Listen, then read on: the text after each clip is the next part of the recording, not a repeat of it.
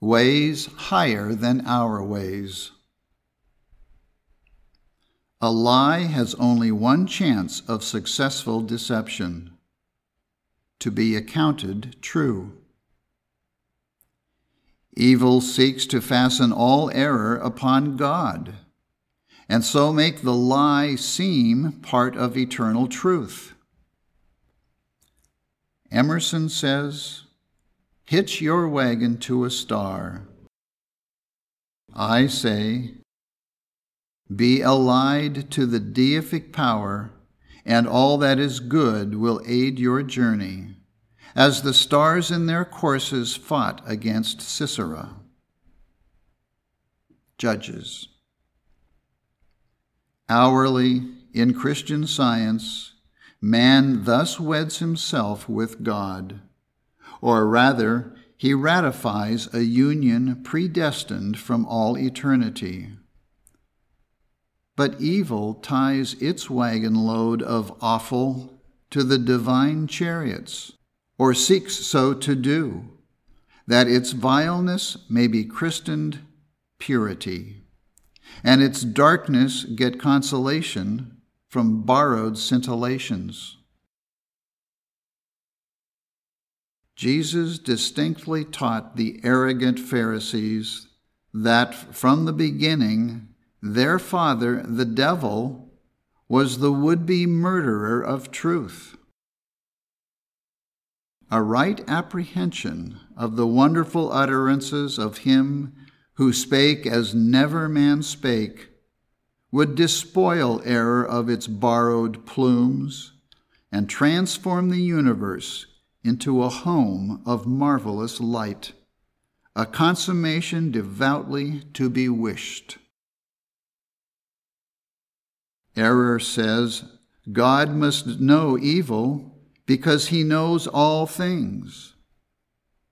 But Holy Writ declares God told our first parents that in the day when they should partake of the fruit of evil, they must surely die. Would it not absurdly follow that God must perish if he knows evil, and evil necessarily leads to extinction? Rather, let us think of God as saying, I am infinite good, therefore I know not evil. Dwelling in light, I can see only the brightness of my own glory. Error may say that God can never save man from sin if he knows and sees it not. But God says, I am too pure to behold iniquity, and destroy everything that is unlike myself. Many fancy that our Heavenly Father reasons thus: if pain and sorrow were not in my mind, I could not remedy them and wipe the tears from the eyes of my children. Error says you must know grief in order to console it. Truth, God, says you oftenest console others in troubles that you have not. Is not our Comforter always from outside and above ourselves? God says, I show my pity through divine law, not through human. It is my sympathy with and my knowledge of harmony, not inharmony, which alone enable me to rebuke and eventually destroy every supposition of discord. Error says God must know death in order to strike at its root. But God saith, I am ever conscious life, and thus I conquer death. For to be ever conscious of life is to be never conscious of death. I am all, a knowledge of aught beside myself is impossible. If such knowledge of evil were possible to God, it would lower his rank. With God, knowledge is necessarily foreknowledge, and foreknowledge and foreordination must be one in an infinite being.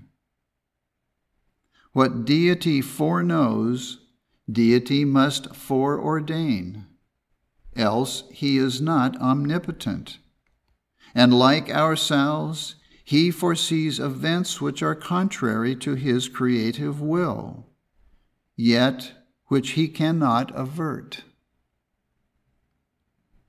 If God knows evil at all, he must have had foreknowledge thereof. And if he foreknew it, he must virtually have intended it, or ordered it aforetime, foreordained it. Else how could it have come into the world?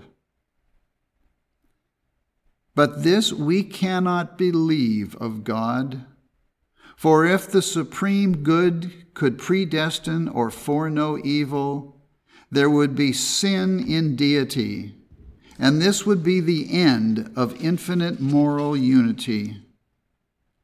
If therefore the light that is in thee be darkness, how great is that darkness?